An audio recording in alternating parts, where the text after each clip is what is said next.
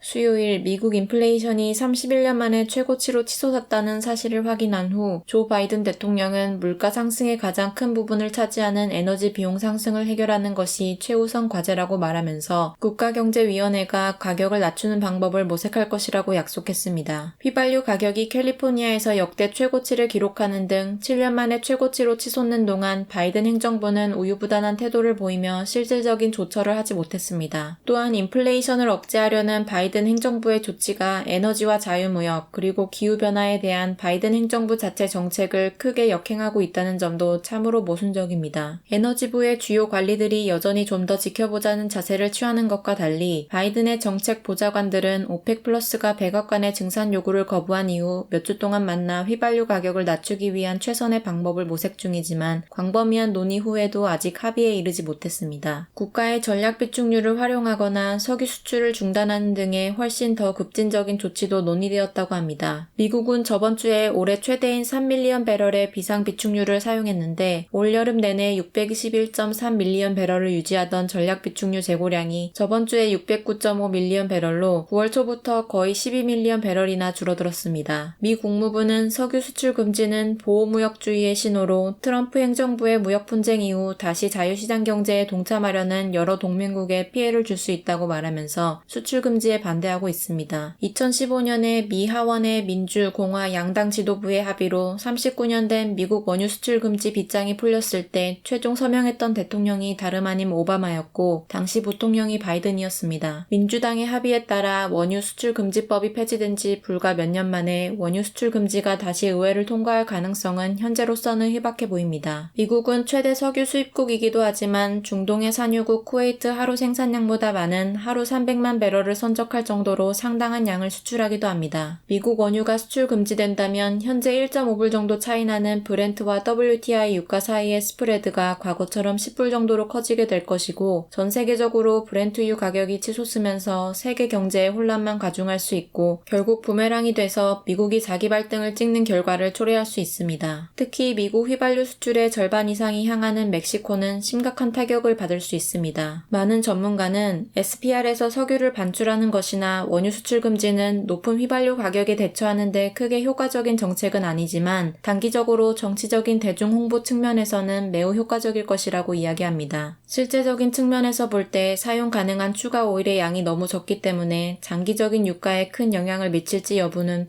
불분명합니다. 심각한 에너지 공급 중단의 문턱에 도달하지 않는 한 대통령은 최대 30밀리언 배럴까지 방출 명령을 할 수 있습니다. 즉 기본적으로 SPR 같은 비상 비축 시스템은 단순한 유가 인상에 대응하기 위함이 아니라 물리적인 에너지 부족 문제를 해결하는 동안 잠시 시간을 벌기 위한 목적이라는 의미입니다. 오펙 플러스가 최근 합의한 하루 40만 배럴 증산에 비하면 SPR 방출은 3발의 피라는 뜻이고 바이든이 진정 유가를 잡고 싶다면 미국 자체 생산량을 더 빨리 늘릴 수 있는 국내 정책 조처를 해야 합니다. 사실 최근에 EIA가 단기 에너지 전망 리포트에서 내년 초에 석유 공급이 증가하면서 공급 과잉이 될 것이고 유가는 현재 수준에서 12월부터 점점 떨어질 것으로 보고한 후 바이든 행정부가 국가 비상 비축류에서 원유를 반출하려는 계획을 중단할 수 있다는 추측이 증가하면서 장중에 유가가 오르기도 했습니다. 참고로 EIA 보고서는 WTI 유가가 12월까지 배럴당 80불 아래로 떨어지고 내년 말에는 62불까지 떨어질 것으로 전망했습니다. 최근 유가가 배럴당 80에서 85불 범위를 유지하며 상대적으로 범위를 벗어나지는 않았지만 인플레이션에 대한 우려, 오펙의 4분기 수요 예측 감소, 바이든의 유가 관련 언플, 그리고 미국 달러 상승에 힘입어 3주 연속으로 하향세를 보이면서 80불 근방까지 내려왔습니다. 중국의 이란산 원유 수입량은 치솟는 세계 기준 유가에 비해 할인된 가격과 바이든 행정부의 느슨한 감독에 힘입어 지난 3개월 동안 하루 평균 50만 배럴 이상을 유지했다고 전문가들이 전했습니다. 바이든 행정부는 이란과 핵 협상을 다시 준비하는 동안 중국 기업에 대한 제재를 시행하지 않기로 결정했습니다. 이란의 원유 수출 선적은 대부분 중국으로 향하고 있으며 11월 29일 미국과 핵 합의에 대한 회담을 재개할 예정입니다. 참고로 이란산 원유는 인도 기준으로 브렌트유 대비 배럴당 4에서 5불 할인된 가격으로 거래됐으며 이는 중동 벤치마크인 오만보다 약 6에서 7불 낮은 수준입니다. 오펙은 최신 월간 석유 시장 보고서에서 올해 세계 석유 수요 예상을 최근 유가 상승으로 3분기에 주요 석유 소비국인 인도와 중국의 소비가 감소한 것과 코로나 재확산으로 중국의 일부 지역이 부분 부분 락다운에 들어간 것을 이유로 이전 예상보다 하루 16만 배럴 감소할 것으로 보고했습니다. 오펙 플러스는 매월 하루 총 40만 배럴씩 생산량을 늘릴 계획임에도 불구하고 올 4분기에 글로벌 수요를 충족시키기에는 역부족이고 주요 소비국인 미국, 일본 및 인도가 더 많은 생산량을 요구하면서 불평하기 시작했습니다. 그러나 오펙은 2022년 1분기에는 계절적 요인으로 인해 수요가 조금 줄면서 공급이 어느 정도 맞춰질 것이라고 예상하면서 공격적인 생산보다 정기적으로 시장 상황을 계속 검토하면서 신중하게 대처할 생각이라고 말했습니다. 또한 보고서에서는 나이지리아가 10월 할당량에 훨씬 못 미치는 생산량을 보이면서 고군분투하고 있는데 오펙의 수장인 사우디 역시 10월 할당량인 하루 9.81 밀리언 배럴에 약간 못 미치는 하루 9.78 밀리언 배럴을 생산했다고 말했습니다. 오펙과 EIA가 최신 단기 유가 동향 보고서에서 유가에 대한 부정적인 전망을 하면서 향후 실제 유가 흐름이 어떻게 될지 더 궁금해집니다. 천연가스. 러시아의 가스 회사인 가즈프롬이 5개의 유럽 저장 시설에 천연가스를 공급하기 시작했다고 발표한 후 러시아가 공급을 늘리겠다는 약속을 이행할 것이라는 희망을 불러일으키면서 유럽 가스 가격이 하락하고 있습니다. 사실 하루 전만 해도 푸틴이 약속을 지킬 준비가 되어 있지 않다는 보도가 나오면서 유럽 가스 가격이 급등했었는데 하루 만에 분위기가 바뀌었습니다. 하지만 요즘 정치적인 이유로 벨라루스가 폴란드를 통해서 독일로 가려는 난민들을 폴란드 국경으로 옮기면서 유럽 내에 새로운 긴장감이 흐르고 있습니다. EU가 벨라루스에 항의하자 벨라루스 대통령은 러시아에서 서유럽으로 가는 천연가스 송유관을 차단하겠다고 위협했습니다. 벨라루스 뒤에 러시아가 있다는 말도 많고 최근 우크라이나 국경 근처에 러시아군이 집결하고 있는 등 동유럽에서 긴장감이 고조되고 있기 때문에 상황은 언제든지 바뀔 수 있습니다. 현재 유럽의 가스 재고량이 비슷한 시기에 예전에 비해 15% 정도 낮은 편입니다. 미국 천연가스 선물 가격은 다음 주 난방 수요 예측이 이전 예상보다 낮아짐에 따라 최근 하락세를 이어갔습니다. EIA는 최신 단기 가격 전망 보고서에서 앞서 말한 것처럼 유가 전망을 부정적으로 예측한 것과 반대로 미국 천연가스 가격은 겨울을 앞두고 예년과 비슷한 재고 감소율을 보이는 반면 LNG 및 송유관을 이용한 수출이 예년보다 월등히 증가하여 향후 몇 개월간 제품 가격이 평균 5불대 중반을 유지할 것이라고 내다보면서 2022년 초까지 가격이 다소 올라갈 수 있다고 보고했습니다. 그리고 계절적 수요에 대한 불확실성 때문에 천연가스 가격은 향후 몇 달 동안 변동성이 계속될 것으로 예상하며 겨울 기온이 수요와 가격의 주요 동인이 될 것이라고 덧붙였습니다. 송유관을 통한 멕시코로의 천연가스 수출이 올해 많이 증가해서 2018년 이후 최고 수준을 기록했고 계속해서 증가할 것으로 내다봤습니다. LNG 형태로 선박을 이용한 수출 역시 많이 증가했는데 전 세계 천연가스 수요가 여전히 높고 새로운 LNG 처리 및 수출 시설이 가동을 시작하면서 높은 수준의 LNG 수출은 내년에도 지속하면서 올해보다 17% 정도 더 증가할 것으로 내다봤습니다. 오케이, 거기까지.